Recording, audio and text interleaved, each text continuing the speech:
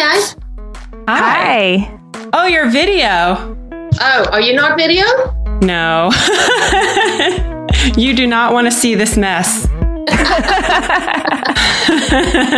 Okay, fine. It makes it easier if you want to just do audio. But we're happy to look at your lovely face as well.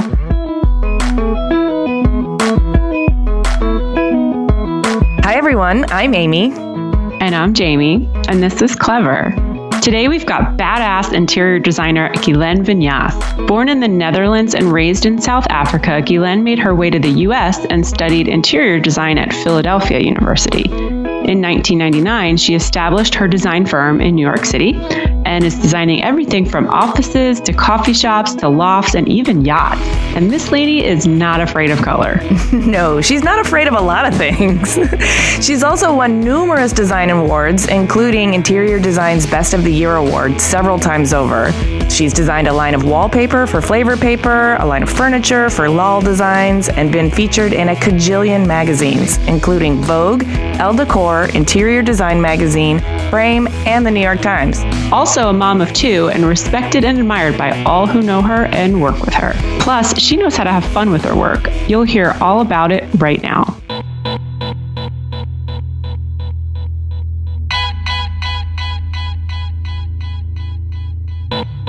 My name is Ghislaine Viñas.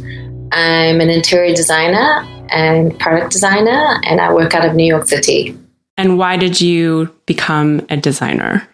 I think that, I'm not sure why. I just always think it was a sort of part of me. I think design has always been a part of what I wanted to do, even before I knew what design was, because I would sort of get so excited by, opening a box of crayons and seeing all the colors. And I mean, I just got this incredible excitement from that. So in a way, I wanted to figure out how I could take that incredible excitement and do something with it. I suppose that led me to interior design. I learned that you grew up in apartheid South Africa. That sounds like a very intense childhood. Can you tell us about that, what it looked like, how it felt, and how it shaped you? It's actually quite the opposite of that, believe it or not. Growing up as a white person in South Africa in the 80s, our societies were completely segregated. I lived in, just like every other white person did, lived in a very white neighborhood, white community, and it was just the way that it was. You didn't think too much about it. That was just it. When I became older, it became more apparent what was going on, and you started being more conscious of the situation. Really moving out of South Africa, when you heard the news and you weren't in it anymore, is really when it became very apparent to you what was going on. So I think that's an experience for many white people growing up there at the time that I did, being a teenager there, a kid and then a teenager and figuring it out. So now I look back in total disbelief that was how we lived. It's just crazy. We would go to stores where only white people were allowed, or black people, or Indians, or whatever, or, buses were segregated, restaurants, everything. It was just a completely and utterly segregated environment.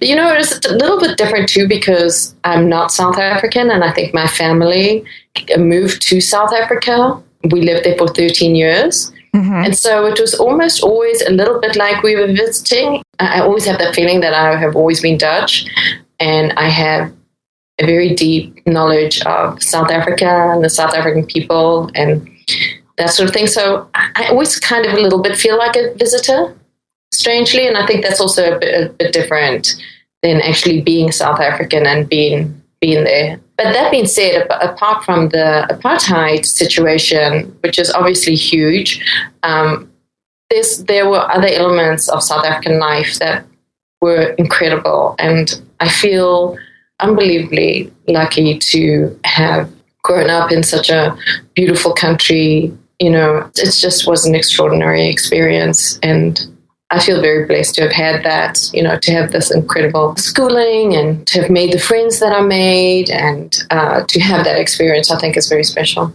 What is it that brought you and your family to South Africa to begin with? My father is a civil engineer. He's not working anymore, but when he was a civil engineer, and his company moved him to South Africa. He was working on the engineering of a harbor in Richards Bay. It was a very strategic area, and a harbor would have been great in that area, but they couldn't figure out the engineering of it. So they hired a Dutch company to do the engineering. My father was one of the engineers on the project. So we were there on a 1-year contract. He was there on a 1-year contract, and then after that we moved back after a year, and then they had just fallen in love with South Africa, so they decided to move back independently, and my father started his own engineering business, and that's sort of how we ended up spending the next 13 years in South Africa until it got to a point where it was too dangerous and it wasn't safe anymore. It wasn't pleasant living there. It just, you were watching your back constantly, and then the economy was in a complete disaster. And, so I think at that point, my parents had decided that it was probably a good time to go back. And by going back, that means going back to the Netherlands? Yeah, going back to the Netherlands, where I had not spent any time at all. I think in the 80s, we didn't travel like we do now, where we just hop over to Europe for the weekend. So we didn't travel, we didn't go back and forth to the Netherlands too much. And my family used to come, my grandmother and aunts and whatever, they used to come visit us in South Africa, but hadn't spent a tremendous amount of time in the Netherlands. And coming from South Africa, this big, glorious country where you just so much freedom and nature around you, and we would go to the beach and get on a boat, and there was just like an amazing lifestyle we had. And then we moved back to the Netherlands, and everything was so small, and it was a complete culture shock for me, I have to say. And I had just turned 18 when we moved over there. I was very happy in South Africa, madly in love with a boy. Aww. And it was actually a really difficult time for my entire family, for my parents, for my siblings. Certainly wasn't what we wanted to be doing. We were very happy in South Africa, but my parents knew that it was time for something, for a change. So yeah, not the best time of my life, And so I get to the Netherlands, and I'm like, oh my God, what now? Like, honestly, I had no idea what I was going to do, because I was going to take a year off after high school. My friends and I had decided we would go on some adventures. I was probably going to travel. I had thought about going to Israel to go and, spend some time on a kibbutz just for the experience of it. And then all of a sudden we were all going back to Holland, and there we were. And, it was very difficult. And in many ways, the boyfriend that I had, sort of saved me, because he said, you've got to come to America. You'd love it.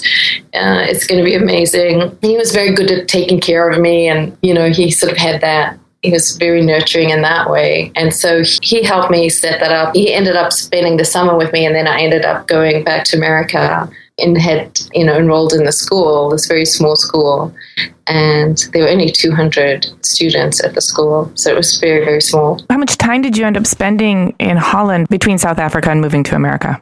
Only 9 months. Oh, okay. I wanted to study. I wanted to do something, but I was very lost at that point. Yeah, I was going to ask you, having lived in South Africa, the Netherlands, and now the United States, but never really, I guess, directly putting roots down anywhere in the beginning, did you feel displaced, or did you ever feel a struggle between different cultures?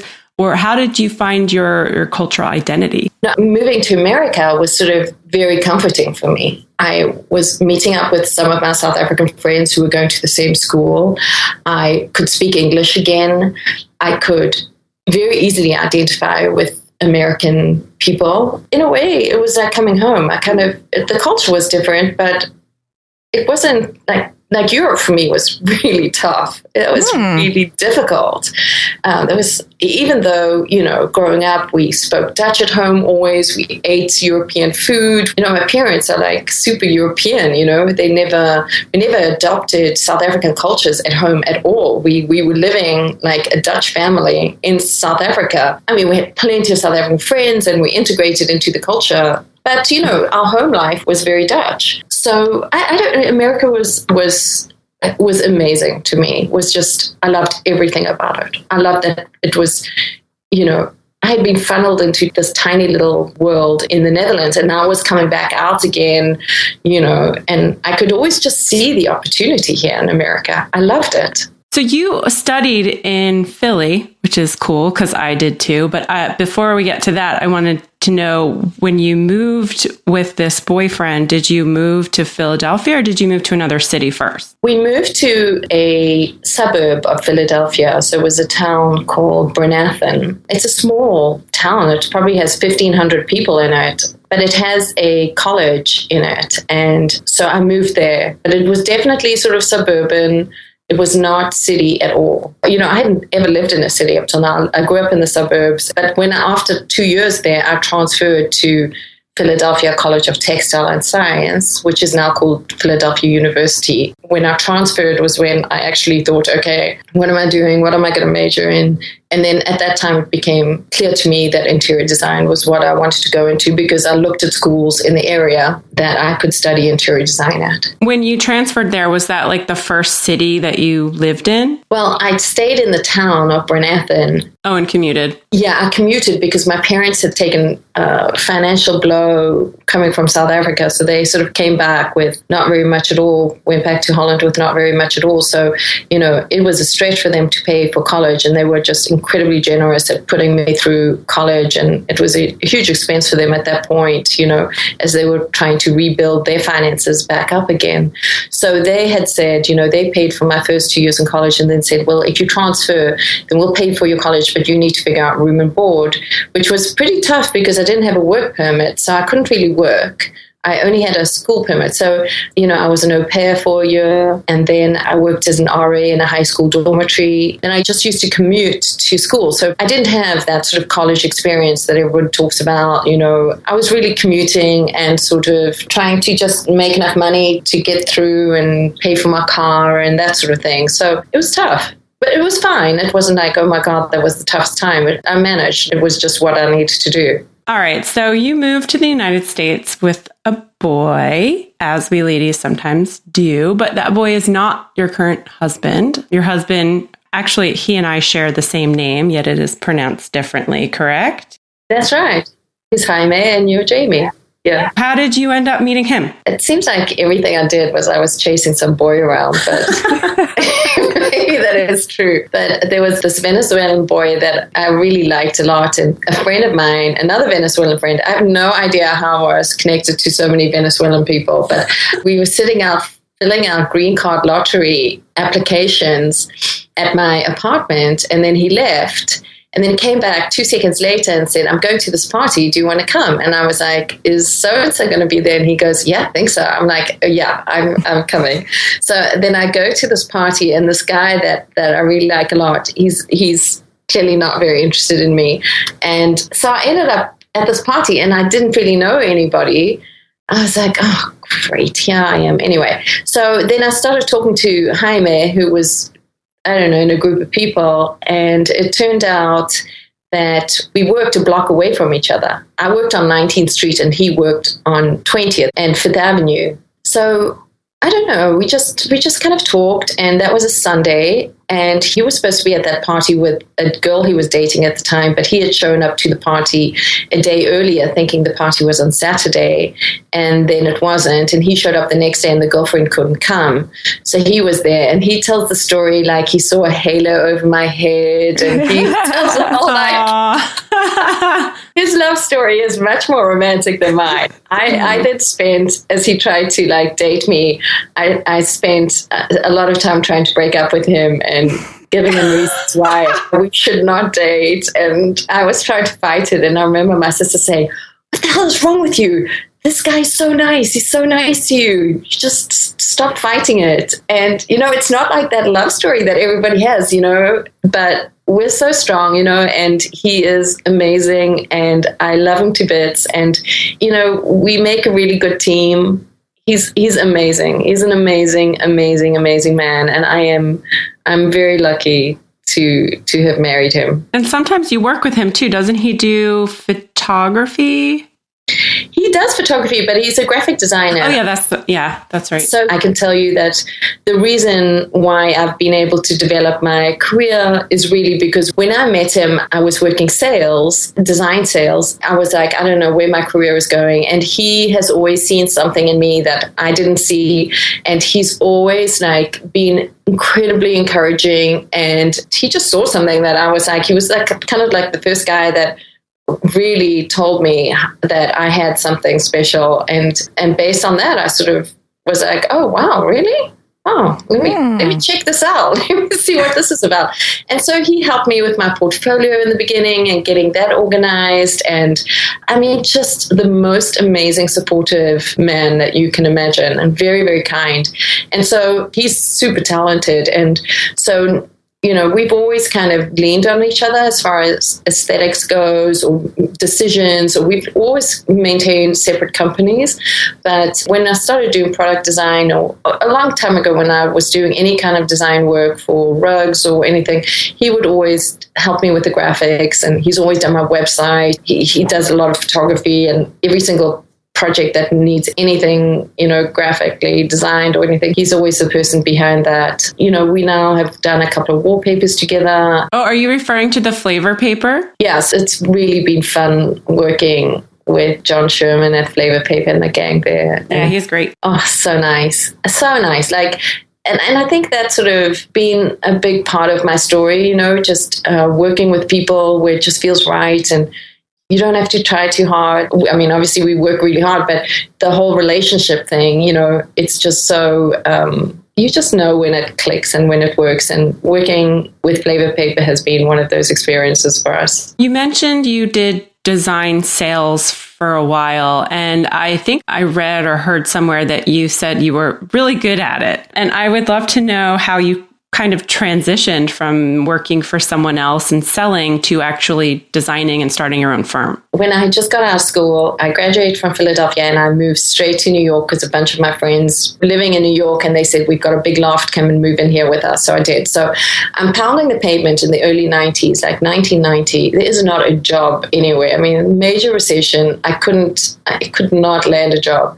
I get out of the wrong subway stop, and there's a store, a beautiful like furniture store, and I go in and I ask them if they have any openings, and I end up getting a job at a company called Techline. And so you had to sort of use this modular furniture system, and we had to, you know, work in the showroom a couple of days, pick up sales, then go and do field measures, or sometimes we would work on bigger projects like hospitals or big offices. You'd have to draw out the layouts and then sell it as well. You'd have to figure out how much it was going to cost. You'd have to tweak design or whatever. So you're sort of little machine on your own, working within the company, and, you know, it was commission based. I figured out very, very quickly what questions to ask. I figured out very quickly how to be on equal footing with the client. And, you know, I sort of compared it a lot to dating. Like, you don't want to be desperate. You don't want them to be desperate. Like, how's this just going to feel good? So I would just ask questions. So how did you feel about this? Like, do you think you want to take this further? What's your process on making this decision, whether you want to go ahead or not? You know, pretty simple questions, but I would sort of gather that information and then focus my attention on deals that I thought I could close and leave the other ones alone. I don't know. I just figured out how New Yorkers work. It just came quite naturally to me. And I had no idea that I could do this. But yeah, I was pretty successful, and it was a franchise. And I found out after a couple of years that I was actually the top salesperson in the US. Wow. That's awesome. But my bosses never told me that. I only found out going to like some kind of convention, and they were like, oh, yeah, you have pretty good sales. I was like, oh, really? Yeah, you know, so that was sort of surprising. Yeah, I mean, I love that experience. You know, I like to push myself. I don't care about competition. I don't care what other people are doing, but I like to push myself. And this commission thing was amazing. Yeah, it's very motivating. Oh my God, it was amazing. I loved it. Yeah, I sold furniture through college at a couple of different furniture stores, and It's very motivating. And you do learn a whole lot about how people work and about helping them with their space and design. But it sounds like you were really doing a lot more hands-on design work like an interior designer would do for a client. I think maybe more like a draftsperson. I'm not sure what it was, because my sales skills were pretty good at that point. But my whole experience of being a designer was terrible. I mean, I had no confidence in the world of design at that point. I've never stepped into a design office or worked a day for another designer. I wasn't practicing CAD. I had no idea. I was really getting left behind as far as technology was concerned and being able to keep up in an office, So I kept doing that job knowing that I was missing out on the design experience, my creativity. There was no creativity in my job. So I became more and more intimidated with the idea that I would have to go out and find a job. So it was good and bad at that point. And so what was that transition like when you were like, okay, I've had enough of this sales thing. I need to really bite the bullet and start my own thing? So nothing in my life has ever gone that way. I've never sort of planned something and think, okay, my next step is this and this and this. Things just sort of happened to me. And what happened was, at the time, that one of my friends that I had met in Pennsylvania, one of my first friends that I had made, he had a friend in New York who was opening an office. And this was my friend, Chris Kerr. And he had said, Paige, a really good friend of mine does office design, and so you might want to speak to her because if you're opening the new office. And so he kind of thought that I would go in there and play some tech line in there or something. She understood it that I was an interior designer and was going to do my whole office. So I walked in there and I didn't know. I didn't know what the expectation was. So she said, okay, so you're a designer, we're looking for someone to design the office. And I was like, oh, okay, yeah, sure, I can do that. So for somebody with no confidence, that sounds like a pretty fearless move. No, I wouldn't say I didn't have any confidence. I was probably overconfident in many ways. A strange combination of that at that point. No, I've never been scared. I have no fear. I have absolutely no fear. Where does that come from? It's my parents. I'm sure it's my parents. Okay. I'm not scared of anything, really. I'm not. I'm always like, I can do that. Well, let me figure out a plan. And then I go to work thinking, and I can put things that usually means that I pull people together. And that's exactly what I did in this situation. Like, I wasn't going to tell anybody that I knew what I was doing. My first thing was like, oh my God, I got this job. I need help. So I did end up getting this job, and the job was amazing. It was 10,000 square feet of completely raw office space in the Starrett Lehigh building in New York City, which is this gigantic building. And it was just being developed at the time. And, Martha Stewart has her offices in there, or maybe not yet. She was moving in, and it was a big deal building. I got my friend Vincent Palestro on board. He was another architect that I worked with. And I said, I need your help. I'll go 50-50 with you, because I knew that I needed to split this 50-50, because I knew that I needed him to take some serious responsibility on this project. And I knew that was the only way I could do it. And so he helped me through the process. And then we had the contractor. We sort of said, listen, I've never done this before. I don't know anything. You got to help me. And so we just formed this team, and it was great. I loved working with Paige. Was incredible. She's the client, Paige West. And, right now we're working on my 11th project with her. That turned out well. Yeah, that's a pretty good one. That's a good one. I'm glad I didn't screw that first one up. What do you think the key to not screwing it up was? Was that just being really transparent about, like, this is my first one, but I'm a great problem solver and I can do this? I'm not sure I even knew that at the time. I think it was just, I don't know. It was just maybe common sense. Yeah, well, I tend to trust people who exude a kind of confidence and common sense. So even if you were feeling like you didn't have the training in a design office, you probably were emanating this air of confidence and figure outitude that people tend to feel really relieved by, really comforted by. Yeah, up to that point, I was sort of developing my aesthetic. I mean, I always knew, I always had a very, very strong aesthetic. I knew what I liked. I knew what I didn't like. was no doubt about that. Very seldom was I on the fence whether I liked something or not. And if I was on the fence about it, I could tell you very easily what aspects of it I liked and didn't like, and how I felt maybe that it could come together better. Or, I'm pretty confident in that way, but still so much to learn, because I had a very narrow idea of what modern design was. I had absolutely no appreciation for history of design or any of that. I was just kind of catching up with what was current, what was on the market, what was happening at that time, but was not coming from anywhere with a big back history of knowing what had come before. And maybe that was kind of good in a way, because I don't know, I was just sort of working in a very intuitive sort of way. That was your first job working for yourself, right? Mm-hmm. And I was still, during that time, I was still working full-time for the company as well. Oh. Whoa. Yeah. So, this was another kind of thing that happened, because I got this job and I said, listen, I've got this job. I cannot turn it down. It's amazing. And the good news is there's some tech line in it as well, so I can make that happen. They were like, well, just don't work during the day. And I was like, okay, that's impossible. I have to work during the day on it as well. And I think I was just as upfront as I could be with them, and they were really cool about it too. They were really nice and flexible with it. I think they probably knew that I was going to be moving on at some point. So, we made it work, and I worked hard. So it wasn't like, I was slacking off or anything like that. I was a very hard worker, and I would just taken this on. And then I got pregnant as well with our first child during that. So you've got 2 jobs and you're pregnant. Yeah, and I think that was, there was a perfect way for it to happen, because it was a perfect way, that's why I said I didn't make a decision, okay, now I'm going on my own. It sort of was, I had one project that I had completed. I knew that I could do this, and I knew it was something that I wanted to do. I knew that walking into somebody else's office was probably the most intimidating thing that I would ever have to do.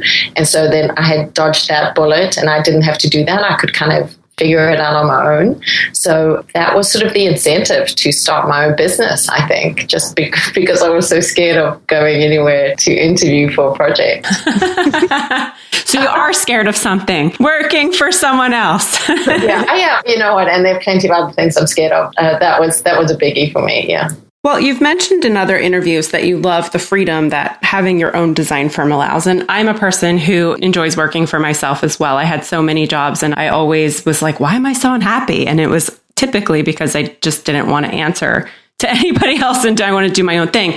So what did you dislike about the idea of working for somebody else? And has that affected the way that you are as a boss now? I'm very, very spontaneous. I'm a very spontaneous person. I don't like to think things through too much. I would get into situations, and then I've recently found this thing called FOMO, fear of missing out. Yeah. I'm like, oh my God, that is my life.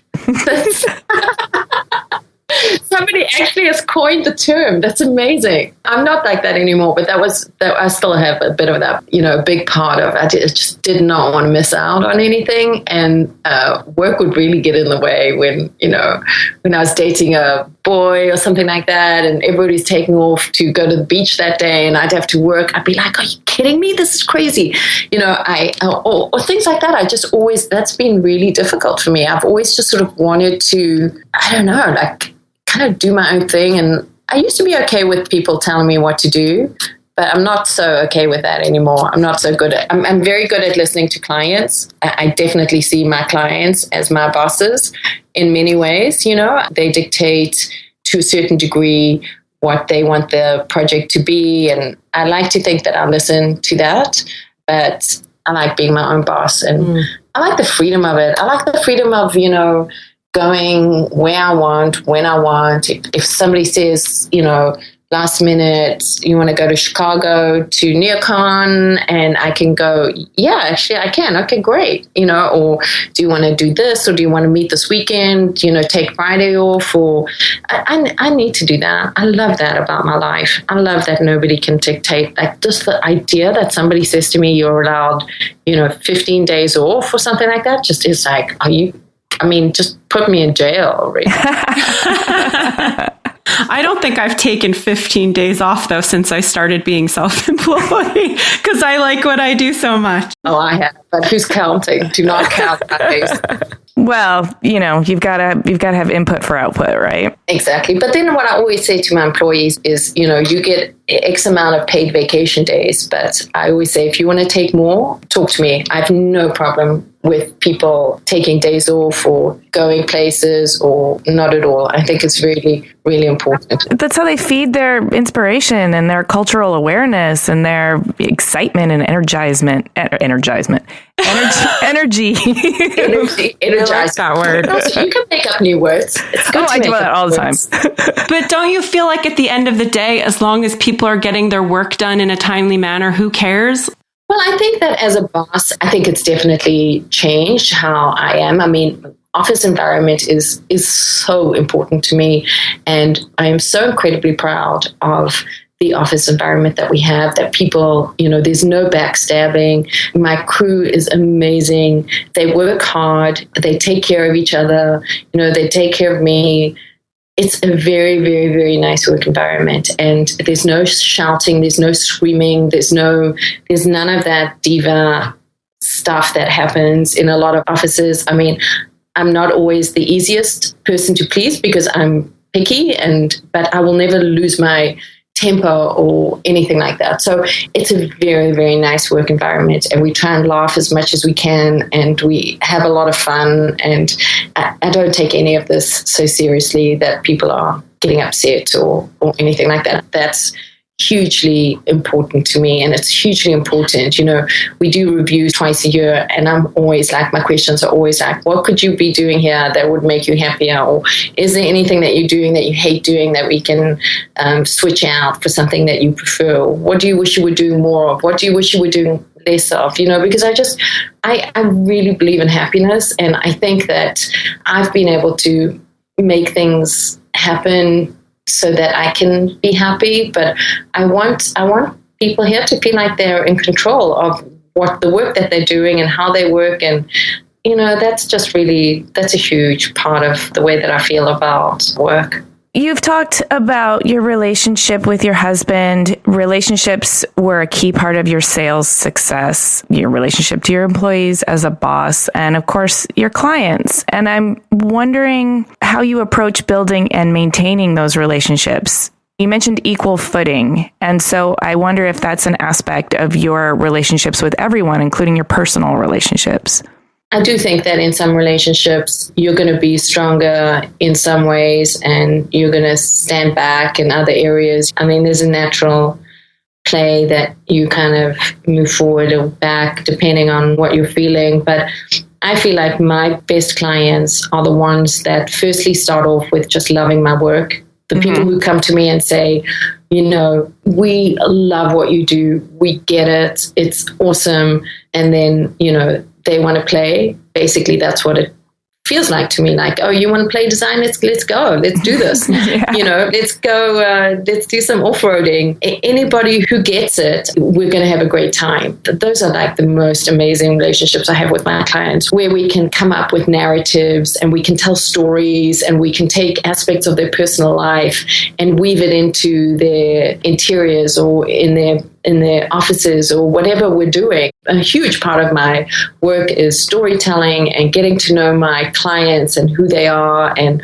what they mean. And that whole development of the project in the beginning is just getting to know them, figuring out the quirky things about them and making it into a story, and then creating an environment based on that. So that is like an initial rapport that I have with those clients, and it's got to be fun. There has to be a sense of humor in it. There has to be, I'm not one of those designers where we've got to take everything so seriously, and, that relationship has to be fun, and you have to like the people. They have to like you, Well, and all of that translates into the space, I think, and how they feel about the space after it's done. And so if you've developed this relationship with these people and weaved their story and their personality into the space, what effect do you hope that has on them after you leave, after you are no longer involved in, it's not a work in progress, after it's a finished piece? Right. So, I mean, there's always a definite transition when you have to let go. And it's always a little tricky because while you're working on the, whatever it is, the house or the office or the boat or whatever you're working on, while you're working with the contract or whatever, you spend so much time in there and it almost feels like yours. It's yours. As you're finishing up and you're doing the finishing detail, or art goes in or whatever, you have to then ask your client, can you come in? You have to step back, you have to knock on the door again, and you're sort of handing over this project back to your clients again. And it's always a little bit strange to me, that transition. I'm working on a project right now and we're transitioning, we're just finishing up, and now I am going to be a guest in their house. Whereas before, that was my house. I was creating for them. The most important thing for me is that they step into that house and they just feel good. Like the aesthetics of happiness, living in a space that just, you don't know why, you walk into it and you just feel good about it. It just makes you feel happy or calm, or it feels like home, or whatever it is. And I also think that it's got to be sort of stress-free. So we spend a lot of time working with fabrics and materials and thinking through things that the clients will be able to, just keep. So you go back there in 4 years and it still looks good. Mm-hmm. Yeah, they've got to be able to maintain it because that happiness wears off pretty quickly if the space itself starts to become unmaintainable. Yeah, or if you use a fabric that stains easily, and I don't know, there's a whole lot of things that can happen, but that's important. Do you feel connected to each space, product, or project that you do sort of long after the file's closed and you're done? No, I let go right away. You let go right away? Yeah, I can't believe I was still married to my husband because I had a very, if he doesn't show up for 3 days, I'm like, who? Jaime, who? What? No. So I move on very, very quickly. I'm not connected to spaces at all. When clients move and, they move somewhere else, I very seldom do I feel any kind of sadness at that space not existing anymore. Yeah, I'm not sentimental in that way at all. Interesting. You're fearless as well. You're not full of fear or risk aversion. And I can see a lot of ways where that would be a really good thing. But has it ever gotten you into trouble? I'm sure it has. I'm trying to think. Maybe it's sometimes like being so confident that this and this will look great together, and then somebody will say it just really won't, and then I'll go, no, I'm convinced, and then you get it, and you're like, gosh, that looks like crap. What was I thinking? Why did you let me do that? I'll say to somebody, and they were like, you were convinced that it looked. I was like, yeah, I was. You're right. I really thought it was going to look good, but you should have said something to me. I mean, yeah, it happens for sure. But I think there's something cool about the fact that you can't even remember when fearlessness was a problem. Mostly it's just a good thing. Yeah, it's very convenient not to remember things like that. I don't remember terrible things that happened in my life. Really? Yeah, I try to forget them. Sometimes people remind me about things. I'll be like, remember when you had that huge fight with so-and-so over the thing? And I was like, what? Did I? Oh my God, yeah. No, I don't. Oh, that's right. Oh my God, I totally forgot about that. Yeah.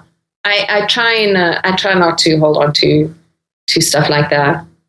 It's probably need some therapy or something. Oh, I don't know. You sound sort of delightfully unencumbered. You're not carrying your baggage around with you everywhere. Oh, and I do have baggage. I do have I do have issues. I'm a combination of being overconfident and insecure as well. I can think for days about something that I said and think, oh my God, why did I say that? I probably hurt that person's feelings, or I come off as being pretty confident, but if there's some negativity or something, I really will mull it over for days. And, as soon as it gets fixed or, then I'm like, oh, thank God that got resolved, but things like that really bother me a lot. And is the discomfort chiefly in the prospect of perhaps hurting somebody's feelings? I mean, I know for me, I'm fearless when it comes to like doing certain projects or power tools or tough work, but I am terrified of hurting somebody else's feelings or the discomfort that arises from that. This is maybe too much about me, but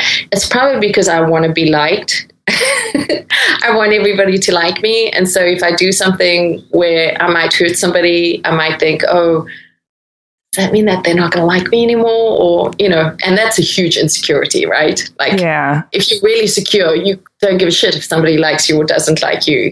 I think we're all mixtures of different things. And I mean, if you really know me, you know that you'll have plenty of times that you'll see questioning things or, saying, do you think that was the right thing to do? I'm not sure. I feel bad about this. Just to let you know, word on the street is you are very well liked. Oh, so take that with you. We like you. I like you a lot. Oh, thank you so much. That makes me feel so good. That's enough fuel for like 3 days. Am I pathetic enough to everybody? No, it's not pathetic. What that is human. Yeah, absolutely. So let's talk about you being an entrepreneur, a mother, a wife, a designer, etc. You do quite a lot. You're a badass lady boss with all kinds of things on your plate, and you love freedom. How many kids do you have? 13. No, two girls. Two girls. I wanted to make it sound like I was really, accomplished in the mothering department. I have 2 daughters. One of them is about to turn 14. Her name is Saskia Luna. And my oldest daughter is almost 16, and her name is Mia Soleil. Oh, pretty names. Yeah. Yeah. So we call them Saskia and Mia, but I love that their middle names are Sun and Moon. So let's just talk about motherhood for a second. Amy and I had this discussion where we were wondering why we don't ask guy designers about being parents. But for some reason, there's something about, being a mother and having your own business, because being pregnant and having a baby kind of disrupts your life. It might just be temporary or, it might be forever because you have to carry this baby and then they come out and then you have to, nurse it and wake up in the middle of the night and all of these things. And being an entrepreneur, how did that impact your business, or did you have a baby and then have a different view of the world? Did it change you at all? I mean, I always knew that I wanted to have children. I actually didn't know that I wanted to have a career. I knew that I wanted to have children. The career thing is a complete and utter surprise to me.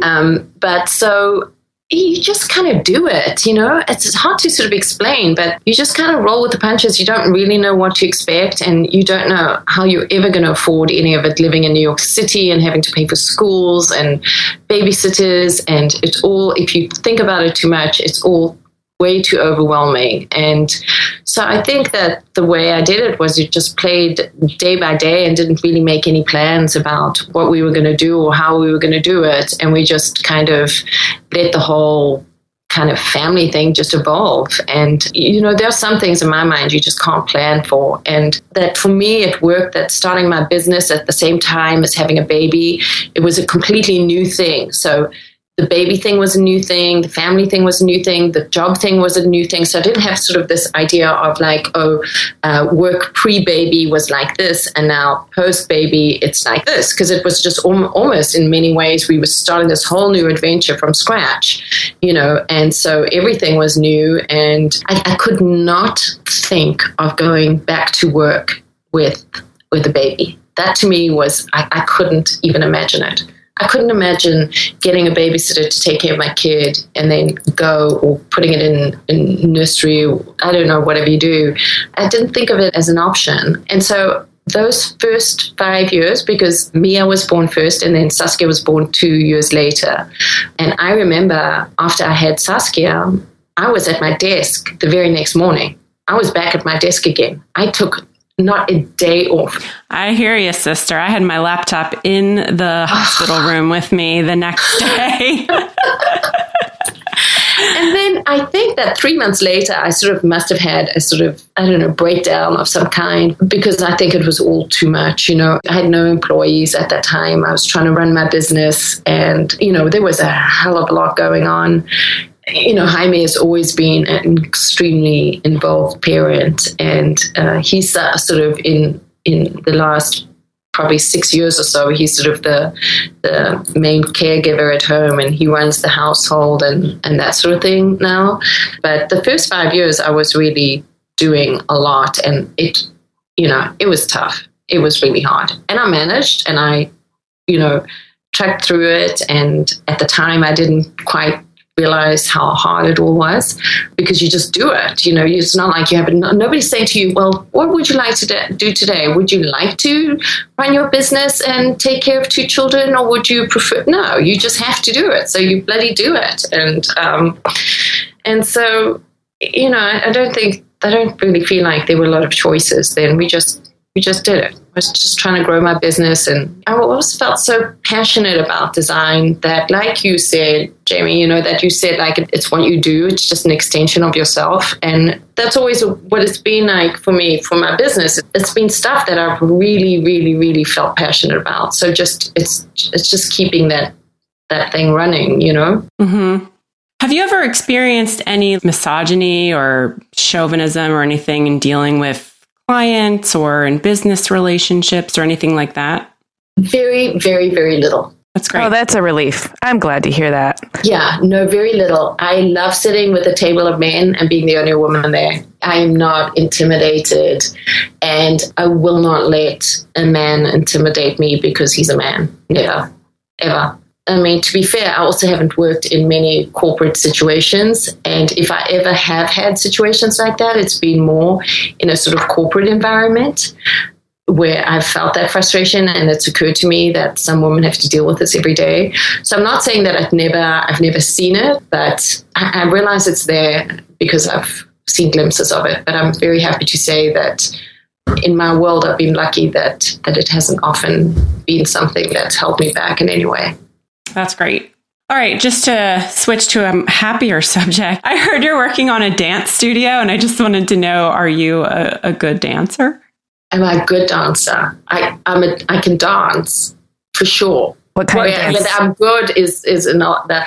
I love dancing, but not like organized dance. Not where I have to learn the steps and remember it. Although I did take many dance classes at the same dance studio. A whole bunch of moms would take dance classes, and it was fun. No, I love dancing. I mean, but my kids are dancers, so they've been a part of this dance studio for a long time. I like to do anything that's fun. I want to hang out with you. I know. The dance studio is great because, this is a friend of mine who started her business, who came from Australia, had a dance studio in Australia, and she was one of the moms at the school, and we became really good friends, and she opened a tiny studio, and now the studio, it's called Downtown Dance Factory, is a huge downtown dance place for young dancers, and I've just seen the business grow, and we did our first design, and then we did an edition, and now we're doing another edition, and it's great. They sort of give me freedom to design what I think would be good in there. And so they're great to work with. I love them. And I've actually done, there's a partners, 2 women who own the business, and I've done both their homes as well. So, they know me very well, and it's a very fun project. You've mentioned fun a lot and happiness. You want your spaces to make people feel happy. And so I have kind of a deep existential question for you, which is, what is truly important to you? Is it those 2 things, happiness and fun, or is there something else that really, when you strip everything down, is your motivation? I honestly do think that happiness is the number one thing. But then also, I've gotten a bit older and, dare I say, wiser and less wild. And I think that also, being stable emotionally is huge. I mean, you can jump around and be a crazy person, but it's like when you're winding down, are you comfortable with yourself? Are you happy with yourself? Are you at peace? Contentment. I think I must be getting older. I definitely am getting older. That was such a wise thing for me to say. It really was. If you're getting older, you're probably thinking about the end of your life. What do you hope to accomplish before you kick the bucket? This is one thing that I do know. That I have had times where I've thought, I'm going to do this and this and this. Things have happened to me that if you had told me, like, some of the things that have happened to me, some of the amazing connections or the people I've met or the experiences I've had or the adventures I've been on, I wouldn't have even been able to think that up in my wildest dreams. I have given up a long time ago on trying to figure out what my next adventure is going to be, or, where I'm going to go, or what I'm going to do. I don't know. I just leave it up to chance, and that's been kind of amazing. Yeah, it sounds like that's working out really well for you. I'm gonna take a note on how you live life, Ghislaine. Yeah, I am too. Takes very, very little planning. I'm like an obsessive planner, so I desperately need to, whatever it is you've got, I need to rub a little bit of it on me. I'll bottle it and send it. Right, you should bottle it and sell it. I'm in. I want stock in that company. So I was going to ask you, what's next? What are the long-term goals? But, you're not planning for these things. So, well, no, that's not entirely true. I do have some things that I think would be fun to do. Okay, let's hear about those. Okay, so, the whole product thing has been something that we've always done, but then just got a couple of years ago, we sort of thought, oh, well, let's just do this in a more formal way. And we, started doing our papers for Flavor Paper. And then Brad Ascalon and I worked on a line of furniture for Lowell, which was an amazing experience and so much fun. And I love the guys at Lowell, Greg and Nate. They were such a pleasure to work with. And I love my collaboration with Brad Ascalon. And so I just think that that's definitely more of what I want to do. HBF Textiles has just asked me to work on their line for 2018. So I'm super excited to do that. Awesome. And I love that I've never done anything like that before, so that's a whole new adventure for me. And I love that it's completely new, brand new. I don't know very much about textile. I mean, apart from that, I work with them every day, but the whole process is something that's new for me. And so I'm excited about that. And then, I'm looking at one of my inspiration boards right now. We're going to design a line of lighting. Oh. So I'm considering materials and ceramics and all kinds of things for that. Is that partnering with a manufacturer? Are you going to release that under your own brand? No, I will partner with a manufacturer. I'm not really interested in having anything manufactured on my own brand, at least not at this point in my life. I kind of like designing it, and then, collaborations are like, I love that. I like doing what I do, but then partnering with people who do what they do and do it well. And then we have a rug line that we're working on that we're pretty excited about, but we're just in the beginning phases of that. So that's sort of, I'm loving that we're doing more offices. We just finished an office space that got published in Interior Design magazine this month for a South African advertising company called Barrow. And that was amazing for me and so great to be partnering with a South African company where everybody had the same accent as me. And it felt like being home in so many ways. That's something that I feel super excited about. And I love that, I control that in so many ways, because often you have to wait for clients to bring a project to you. And then I like that I can come up with something and I can develop it in my own time and figure out how I can partner with people to make these designs a reality. So that's fun. It's like taking the reins a little bit more. And but it's a good thing to do while my team is working on projects as well, because I work on the design of all my projects, and I'm very involved in every single decision that happens, anything that gets picked, but I'm not at all involved in the day-to-day of making these projects happen, the logistics of it all. I have fantastic designers who work for me and make these projects happen. That's wonderful. Yeah, I mean, I'm so lucky in that way because I have very, very short attention span, and I get bored very quickly. And I'm not good at details. And it takes being, an older person, not that old, 48, but it takes. Not old. But if I was 30, I probably couldn't have told you so easily what I suck at. And now I'm really comfortable with talking about what I'm really awful at. But then I'll also tell you quite comfortably what I'm brilliant at. Yes. But so that's freed up a lot of time because I have this incredible crew that that makes these projects happen and are super organized and super on top of things. So then it also opens up my time a bit and my creative energy to work on projects that I think are interesting. That's exciting.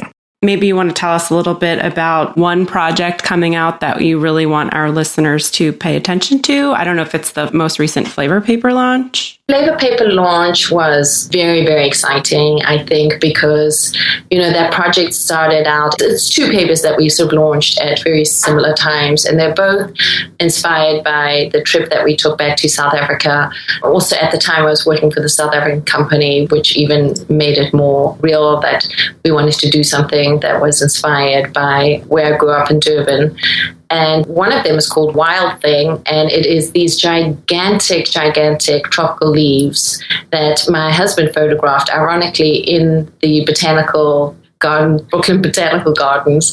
So he went and he photographed them there, and then they're this sort of gray, I don't know, this like tropical graphic leaf pattern, and it's huge. I mean, you can scale it down to anything you want, but it has a minty background or pink background. I love the scale of it. It just makes you feel dwarfed, like you're in a jungle. Yeah, so I mean, I think that's one thing that I always love to play with on my project is scale is so important to me.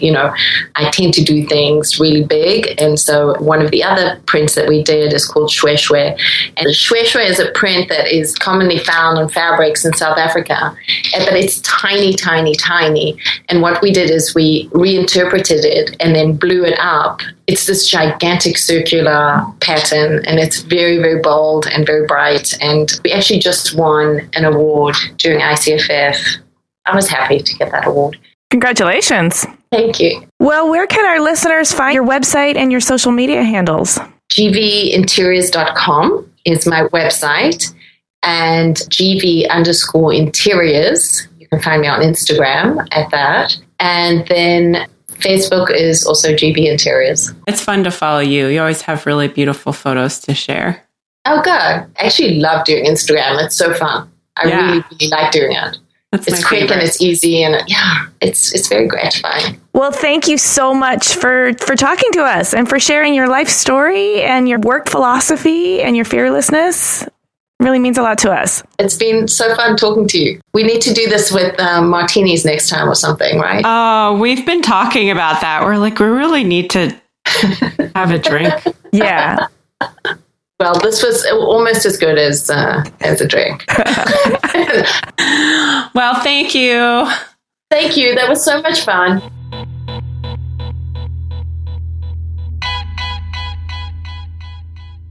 She sounds like somebody I would love to be best friends with. I just want to hang out with her. I love her work. It does make you happy. I love that that's part of her motivation, because I think what is the biggest gift you can give somebody else other than making them feel good? Yeah. That's huge. Seriously. And I love that that's her philosophy. And I appreciate her honesty in saying, it was happiness, and now, it's more along the lines of a contentment form of happiness where you feel secure and comfortable with who you are and your place in the world and all of those things. And I love that she said that, because I think as you get older, you start looking at life like that. Yes, and you start editing out the drama wherever you can, because it's no longer about being whipped around solving problems. Yeah. Yeah, like what's important to you is different. Mm-hmm. You know what I thought was really interesting too is she talks about being overconfident in many areas and being fearless. And I actually thought it was very fearless of her to admit that she's also very insecure about some things. And I really appreciated that she shared that with us. I think it takes a lot of courage to be vulnerable. And but vulnerability is what really helps you understand the other person as a human you can relate to. And so when she shares with us her fallibility, I feel more connected to her, and I feel more connected to her work, and I feel like her work even just got layers and layers deeper when I understood that she really wants to be liked. And that's such a human thing. I don't think any of us really at our core don't care about being liked. I think most people care about being liked. Yeah. And I think that it's a huge fear for most people to not be liked, and whether or not that's like, a selfish reason to be upset that you hurt somebody's feelings. It's still a very honest thing for her to say that not a lot of people would come out and reveal. Well, it's very self-aware too. And I think that self-awareness lends a real depth and authenticity to a person's design practice, because that self-awareness helps you also pick up key personality traits in other people. And when she's talking about weaving people's personalities into their own spaces, then of course you're going to feel happy and content and at home in a space that truly reflects you. Go Ghislaine. Yeah, whatever she's got, she needs to bottle that up immediately. I'm buying it. And sell it. I'm going to spritz it on myself. Spritz it, rub it, whatever I have to do, roll around in it, but I need some of it. Yes. Thanks for listening. Please subscribe to us on iTunes or wherever you get your podcasts, and sign up for our newsletter, read the show notes, and see images of Ghislaine's work over at our website, cleverpodcast.com. And you can connect with us on Twitter, Instagram, and Facebook at Clever Podcast. We love hearing from you, and we love to read every single comment. As always, this episode of Clever was edited by Chris Modal of Your Studio with music by L1011.